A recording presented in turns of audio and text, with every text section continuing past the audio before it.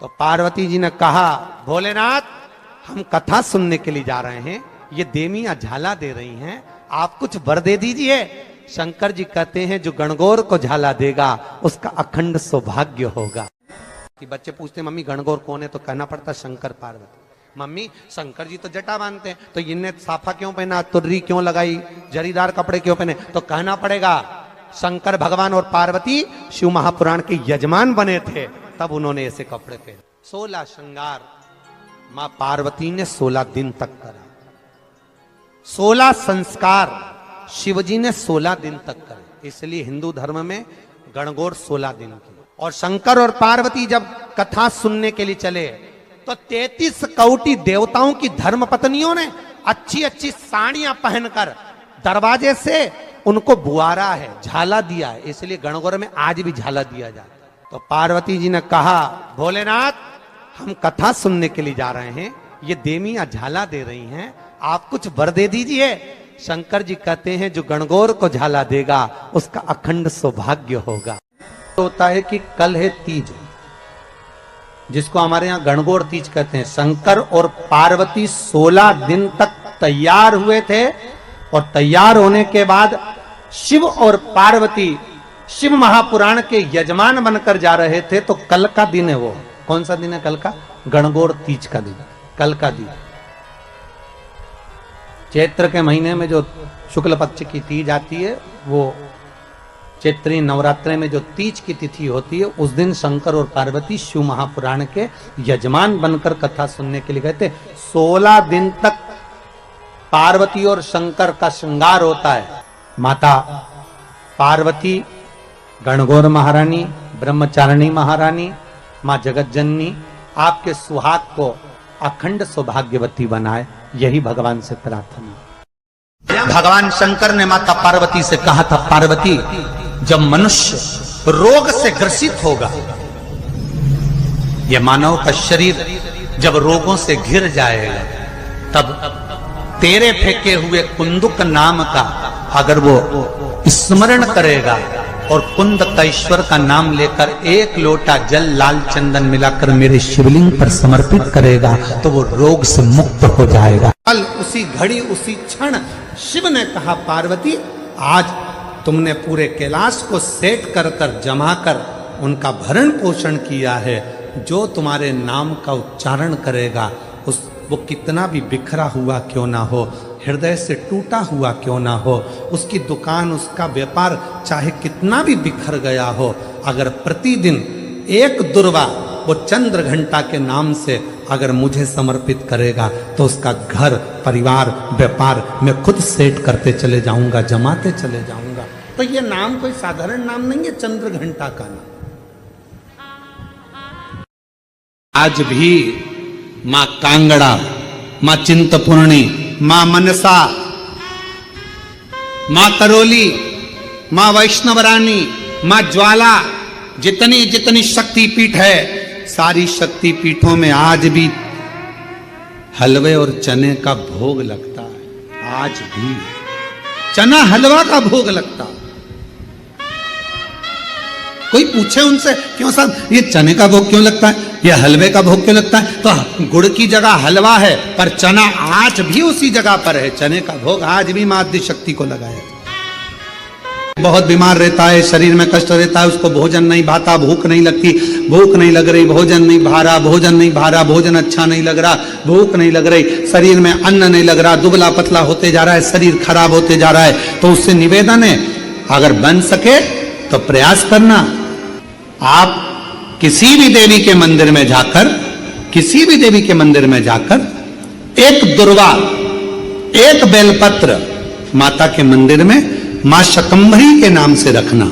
उस दुर्वा को वापिस लाना, बेलपत्र को वापिस लाना। बेलपत्र सुबह के समय खाना और दुर्वा शाम के समय खाना। ये 2, 1 बेलपत्र 1 दुर्वा, लगभग 5 या 7 दिन तक लगातार आपने अगर कर लिया तो भूख भी लगेगी, भोजन भी भाएगा और स्वाद भी आएगा, आपको अच्छा लगेगा। शकंभरी माता का स्मरण कर कर जीव उदर पोषण कर लेता है। उदर वो आद्य शक्ति है, वो दुर्गा, वो भवानी, वो अष्ट भुजा धात्री। जो नवरात्र की साधना करता है, जो मांगता है वो दुर्गा वो दे देती है। अष्टमी तिथि आए, बहुत समय से लगन देख रहे हो, शादी नहीं हो रही, बहुत समय से परेशान हो गए कि विवाह ही नहीं हो रहा, हम तो टेंशन में पड़ गए। लड़की 28 साल 30 साल का लड़का हो गया, विवाह नहीं हो रहा। कुछ मत करो, अष्टमी तिथि आए तो अशोक सुंदरी वाली जो जगह है वहां पर हल्दी की 7 बिंदियां लगा दो, लड़का लड़की का हाथ उस बिंदी पर रखवा दो, उसका नाम गोत्र बोलो, उसी हल्दी में उसके हाथ पीले करवा दो और पीपल के पेड़ पर उस हाथ के 5 छापे पड़वा दो। 3 महीने में विवाह पक्का हो जाता है। 3 बार ताली बजाने वालों के भी भर देता भंडार। एक बार शिखर का दर्शन करने वाले को शिखर पर पहुंचा देता है मेरा भोलेनाथ। इतना दयालु है, इतना कृपालु। पूछो कि नवरात्र में कन्या भोज क्यों कराते हो? दुनिया वालों से पूछो कि नवरात्र में बेटियों को क्यों ढूंढने जाते हो? पूछो कि नवरात्र की अष्टमी और नवमी पर कन्या का पूजन क्यों करते हो? क्योंकि दुनिया वालों को ये मालूम पड़ना चाहिए कि देवी भागवत में लिखा है, एक कन्या एक बेटी जब किसी के घर में मुख झूठा करती है, एक बेटी एक कन्या जब किसी के घर में भोजन करती है तो उसके भंडारे कभी खाली नहीं रहते, इसलिए कन्या पूजन किया जाता है। यदि अपने घर में रहकर अपने दुखड़ों को रोते रहोगे तो तुम्हारा दुख समाप्त होने वाला नहीं है। क्यों? भगवान प्रतिदिन अपने घर के बाहर सुख को, लक्ष्मी को, संपदा को, वैभव को, नंदी को रोज भेजते हैं। और हमारे घर में हम अगर पुराने दुखड़ों को रोज रोएंगे तो हमारा सुख हमारे घर में कभी प्रवेश नहीं करता और दुख जिंदगी भर बना ही रहता है। अपने दुखड़ों को रोना बंद करो, परमात्मा का भजन करो, अच्छा सोचो, अच्छा विचार करो। मुझे मालूम है मेरा शंकर भगवान अच्छा कर देगा, मेरा शिव जी मेरी झोली भर देगा, मेरा भोले बाबा मेरे पर करुणा करेगा, मेरा शंकर भगवान मुझ पर दया करेगा। अच्छा सोचिए। घर में कोई त्योहार हो, घर में कोई उत्सव हो, घर में कोई फंक्शन हो, पूजन हुआ, उसके तुरंत बाद झाड़ू नहीं लगती ना, घर की पूरी संपदा बाहर निकल जाती। जब कोई कन्या, पुरुष, कोई स्त्री अपने घर में आकर मुख झूठा करता है तो उसके तुरंत बाद झाड़ू नहीं लगाई जाती, वरना घर की पूरी संपदा बाहर निकल जाती। मां जगतजननी की स्तुति में स्वधा का स्मरण आया। ओम जयंती मंगला काली भद्रकाली कपालिनी दुर्गा क्षमा शिवा काली स्वाहा स्वधा नमस्तुते। ओम जयंती मंगला काली भद्रकाली कपालिनी दुर्गा क्षमा शिवा काली स्वाहा स्वधा नमस्तुते। ओम जयंती मंगला भद्रकाली कपालिनी दुर्गा क्षमा शिवा काली स्वाहा स्वधा नमस्तुते। स्वाहा स्वधा नमस्तुते। स्वाहा स्वधा नमस्तुते। स्वाहा स्वधा नमस्तुते। ओम जयंती मंगला काली भद्रकाली कपालिनी दुर्गा क्षमा शिवा काली स्वाहा स्वधा नमस्तुते। ओम जयंती मंगला काली भद्रकाली कपालिनी दुर्गा क्षमा शिवा काली स्वाहा स्वधा नमस्तुते। स्वधा का उच्चारण हमको सुख प्रदान करता है, स्वधा का उच्चारण हमें संपदा प्रदान करता है। नवरात्र में जितनी शंकर की आराधना कर सकते हो उतनी करो। शंकर की आराधना करने से नवरात्र में शक्ति का बल बढ़ता है।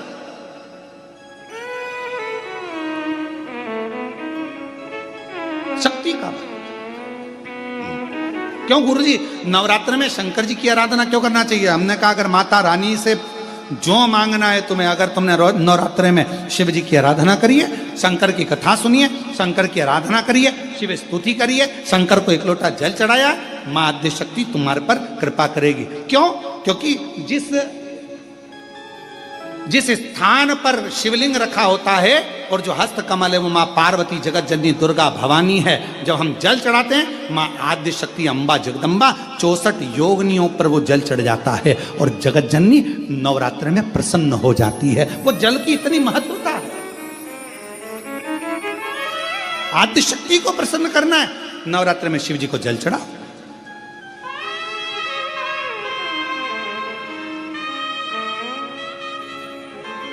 कोई बेटा बेटी है, कोई एग्जाम दे रहे हैं, कंपटीशन एग्जाम में बैठ रहे हैं, सर्विस के लिए जा रहे हैं, नौकरी के लिए जा रहे हैं, नौकरी नहीं लग रही है, हम कहेंगे लाल पुष्प की पत्तियों को प्रत्येक किसी भी नवरात्रि के अंतर्गत 9 दिन का तुम नियम बना लो। जैसे कई माताओं का नियम रहता है, मेरा व्रत है, मैं दूध पर 1 गिलास दूध पर व्रत करूंगी, मैं नंगे पैर चलूंगी, मैं ये व्रत करूंगी, मैं वो व्रत करूंगी। मैं बेटा बेटियों से कहूंगा, नवयुवक बच्चों से कहूंगा, अगर आप कंपटीशन एग्जाम में बैठ रहे हो, अपनी पूरी मेहनत करो, पूरा परिश्रम करो, रात दिन एक करो और लगे रहो। और 9 दिन तक नवरात्रि में 9 लाल फूल की 9 पंखड़ियां या 9 कोई भी चावल लाल कलर में कर कुंकू में कर अगर माँ जगत जननी के मंदिर में नहीं जा सकते, माँ भीड़ रहे तो शिवलिंग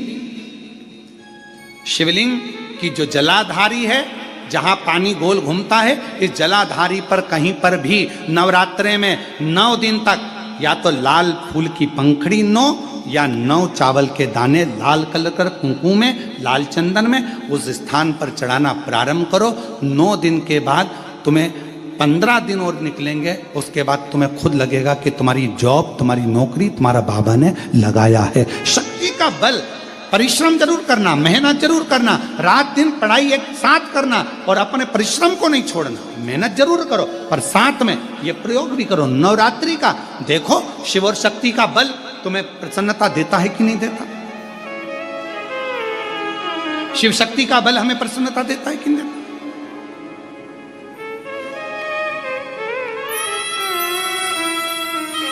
अब कई लोग ऐसे होते हैं, हम नवरात्रि आई है, माता रानी को भज रहे हैं, जगत जननी दुर्गा भवानी को भज रहे हैं, पर शिव जी के मंदिर तक नहीं जा रहे, समय नहीं मिल रहा मंदिर जाने का, क्योंकि माता जी के मंदिर जाते हैं, माता जी को प्रणाम। अरे उस शंकर को पहले भजो, सवेरे उठते से ही पहला 1 लोटा जल शिव को, क्योंकि उसी के माँ जगत जननी हस्तकमल पर जल जाना जरूरी है। शंकर का चढ़ा वो हमें फल प्रदान करे, सुख दे, आनंद का दे। और महादेव नमन चरणों में स्वीकार कीजिए, सबका किया है मेरा भी उद्धार कीजिए, उद्धार कीजिए। हे त्रिपुंडधारी, हे त्रिशूलधारी, हे त्रिपुंडधारी, हे त्रिशूलधारी। आप भजो। जिन बेटा और बेटी का विवाह नहीं हो रहा हो, लड़का लड़की की शादी नहीं हो रही हो, एक मट्टी के कलश में चावल भरकर, 1 सिक्का रुपया, 1 बेलपत्र उस कलश के अंदर रखकर, जिस कन्या जिस वर का विवाह नहीं हो रहा हो, उसका हाथ लाल कपड़ा या लाल जो माता जी को चुंदड़ी उड़ाते हैं, ऐसी चुंदड़ी उस कलश के ऊपर रखकर अशोक सुंदरी माता का नाम लेकर, जो देवी जी के मंदिर में प्रातः के समय पर बिना बोले रखकर आ जाता है, उसका विवाह मात्र 3 से 4 महीने के अंदर जम जाता है। अशोक सुंदरी का स्मरण करता। शिव जी ने नाम रखा है मां पार्वती का चंद्र घंटा। कब? जब भोलेनाथ माता पार्वती को विवाह कर लेकर आए।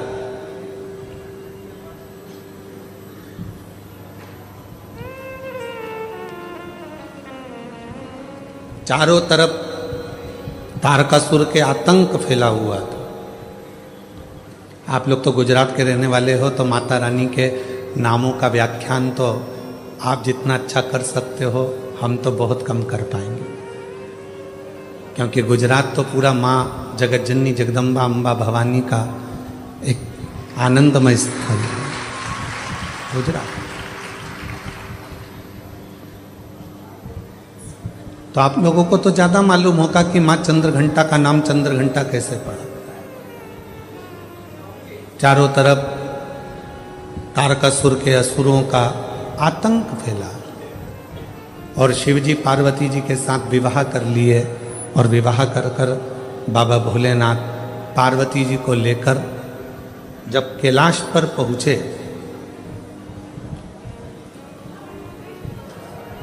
कोई उधर बैठकर भोजन कर रहा था शिवगण, कोई उधर बैठकर खा पी कर पड़ा हुआ था, कोई शिवगण अपने पूरे शरीर को नोच रहा था, कोई शिवगण उछल रहा था। पूरे कैलाश पर भगवान शंकर के गणों ने अपना पूरा जमा कर रखा था, आड़ा टेढ़ा। कुछ बर्तन उधर पड़े हैं, सोने का उधर पड़ा है, आसन उधर पड़ा है, सब सामान यहाँ वहाँ पड़ा था। और भोजन भी कोई एक गण लेकर आता या बनाता तो सब आपस में झगड़ा कर कर उस भोजन को ग्रहण कर।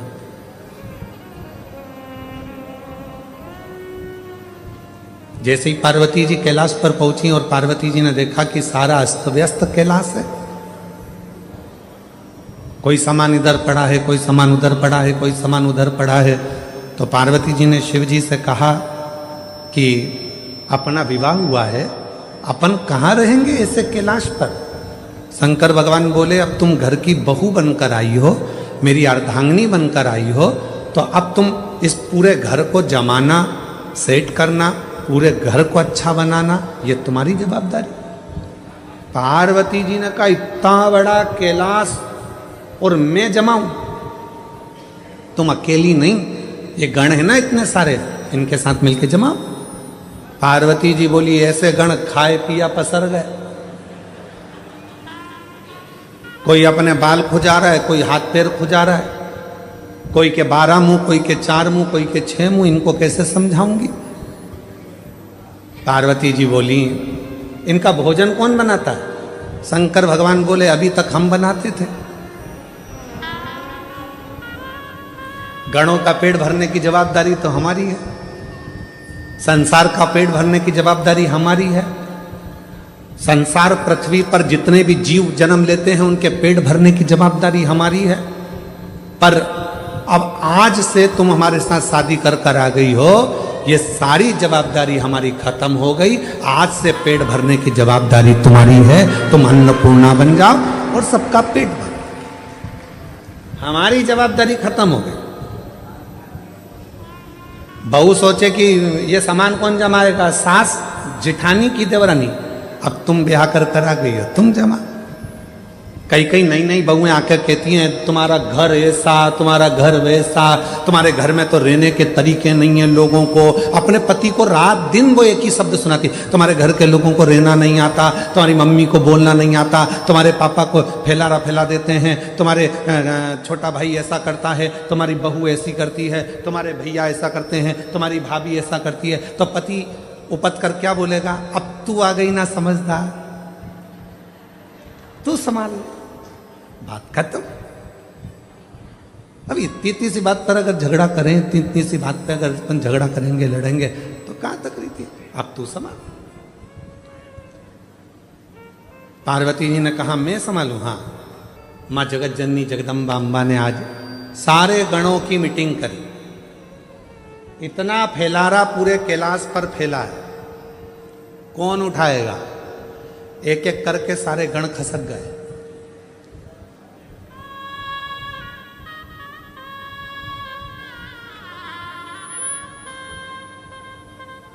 कौन उठाएगा, कोई नहीं। पार्वती जी ने शिव जी से कहा, वो तो सब चले गए। शंकर भगवान ने फिर डमरू बजाया, सबको बुलाया।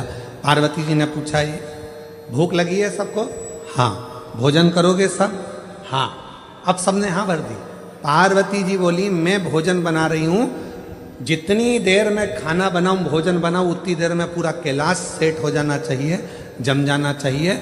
और जो जमा कर आएगा, सबसे पहले भोजन उसी को मिल जाएगा। जाओ, सब पहुंच गए, सब ने सामान जमाना प्रारंभ कर दिया। कोई झाड़ू लगाए, कोई बुआरी लगाए, कोई तोरण बांधे, कोई मंडप बांधे, कोई कुछ करे, कोई कुछ करे, सब करे।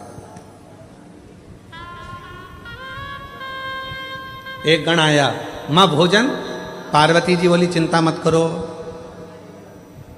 जैसे ही भोजन तैयार हो जाएगा मैं घंटा बजाऊंगी, तुम सब दौड़ के आ जाना, भोजन करा दो। सुबह से शाम हो गई। अब जो चंद्र शिव जी के मस्तक पर विराजमान था वो भी पार्वती शंकर जी से कह रहा भूख लगी है।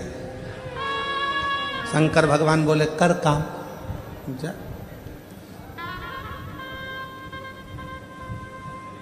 जाओ। रात्रि होने लगी, चंद्र पुकारने लगा, मां भोजन दीजिए। अब तो पूरा घर जम चुका है। तब पार्वती जी ने देखा कि पूरा कैलाश जम चुका था। तब पार्वती जी ने चंद्र की साक्षी में चंद्र को शिव जी से अपने मस्तक पर रखकर घंटे का नाद करा। शिव जी ने मां पार्वती का नाम चंद्र घंटा रख दिया। उसी पल, उसी घड़ी, उसी क्षण शिव ने कहा पार्वती आज तुमने पूरे कैलाश को सेट कर कर जमा कर उनका भरण पोषण किया है। जो तुम्हारे नाम का उच्चारण करेगा वो कितना भी बिखरा हुआ क्यों ना हो, हृदय से टूटा हुआ क्यों ना हो, उसकी दुकान, उसका व्यापार चाहे कितना भी बिखर गया हो, अगर प्रतिदिन एक दुर्वा वो चंद्र घंटा के नाम से अगर मुझे समर्पित करेगा तो उसका घर, परिवार, व्यापार मैं खुद सेट करते चले जाऊंगा, जमाते चले जाऊंगा। तो ये नाम कोई साधारण नाम नहीं है, चंद्र घंटा का नाम। केवल नवरात्रे व्रत करने से पूर्ण नहीं होते, केवल नवरात्रे 9 दिन तक भूखे रहने से पूर्ण नहीं होते, केवल नवरात्रे नवरात्रि तक जागने से पूर्ण नहीं होते, केवल नवरात्रे घर में ज्योत जलाने से पूर्ण नहीं होते, केवल नवरात्रे 9 दिन तक जवारे बोने से पूर्ण नहीं होते, केवल नवरात्रे 9 दिन तक कलश स्थापना से पूर्ण नहीं होते। नवरात्रे पूर्ण जब माने जाते हैं जब आप घर में रहने वाली नारी का आदर करना प्रारंभ कर दो। प्रत्येक कन्या में, प्रत्येक बच्ची में तुम्हें मां जगत जननी का स्वरूप नजर आने लगे और आप स्त्री को सम्मान देने लगे, आदर करने लगे, तो समझना कि नवरात्रे सिद्ध हो गए, नवरात्रे में आपकी साधना सिद्ध हो गई। आज से नवरात्रे प्रारंभ हुए हैं 9 दिन तक। अगर आपको ऐसा लगता है कि शिवजी आप बाबा मेरी नहीं सुन रहा, बहुत संघर्ष का जीवन चल रहा है, बहुत परेशानी का जीवन चल रहा है, बहुत कष्ट का जीवन चल रहा है और कोई मंजिल, कोई राह, कोई मार्ग दिख ही नहीं रहा, तुम्हारा कैसा भी दुख है, जो आज से 9 दिन तक का एक नियम ले लो। मुझे शिवजी के मंदिर में अशोक सुंदरी वाली जगह पर एक बेलपत्र मां हेमवती माता के नाम से, कौन सी माता? हेमवती, मां हेमवती के नाम से एक बेलपत्र अशोक सुंदरी वाली जगह पर समर्पित करूंगी। 9 दिन का एक नियम धारण करो और 12वें या 15वें दिन आप देखिए आपका जो दुख है मेरा बाबा उसको काट कर ही रहे। नवरात्रे में हेमवती माता का स्मरण करना, एक बेलपत्र का पूजन करना या एक बेलपत्र के वृक्ष के नीचे आप 9 दिन तक भी, अगर मंदिर तक भी नहीं जा सकते, मंदिर में आप बेलपत्र रखने नहीं जा सकते, तो आपके घर के आंगन में, द्वारे पर, बगीचे में, आपके घर के पास अगर कोई बेलपत्र का पौधा है, वृक्ष है, उस बेलपत्र के वृक्ष के सामने एक बेलपत्र का पत्ता रखकर भी अगर आप उस पर जल चढ़ा रहे हैं या पूजन कर रहे हैं हेमवती माता के नाम से, तो उसका फल आपको मिलेगा। और मान लो बेलपत्र का वृक्ष भी नहीं है, हम मंदिर भी नहीं जा सकते, हम कहीं नहीं जा सकते, घर से बाहर कैसे निकलें, पानी तेज है, जलवृष्टि हो रही है, बहुत सा पानी है, तो क्या करें? अपने घर में जो शिवलिंग है तुम्हारे घर में अगर जो शिवलिंग है, तुम्हारे घर में जो शिवलिंग विराजमान है, उसी शिवलिंग के साक्षी में, सम्मुख में भी अगर हेमवती माता का नाम लेकर अगर एक बेलपत्र समर्पित करोगे 9 दिवस तक, तो उसका फल मिलेगा जरूर।